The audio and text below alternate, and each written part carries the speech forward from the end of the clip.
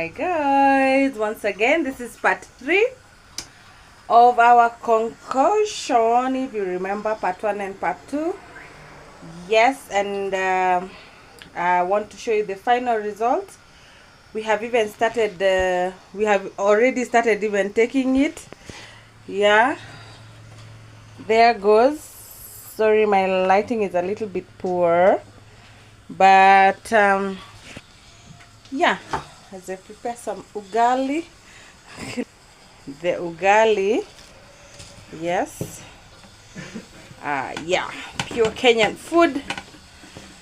Yeah, so in the meantime, there's my juice, my concoction rather.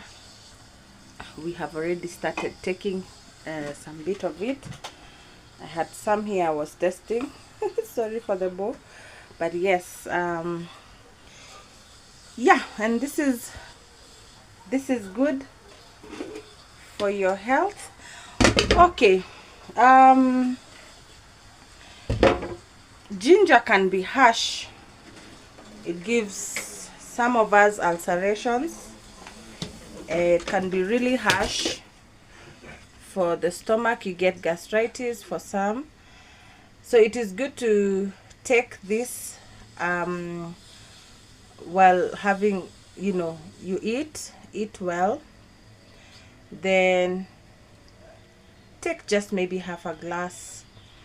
I've actually prepared 3 liters because we want to take it over the next 1 week, and it can stay fresh in the well refrigerated.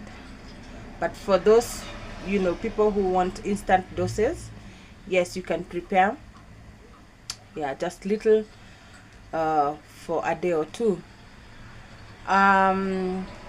So there are people who add cinnamon, there are people who add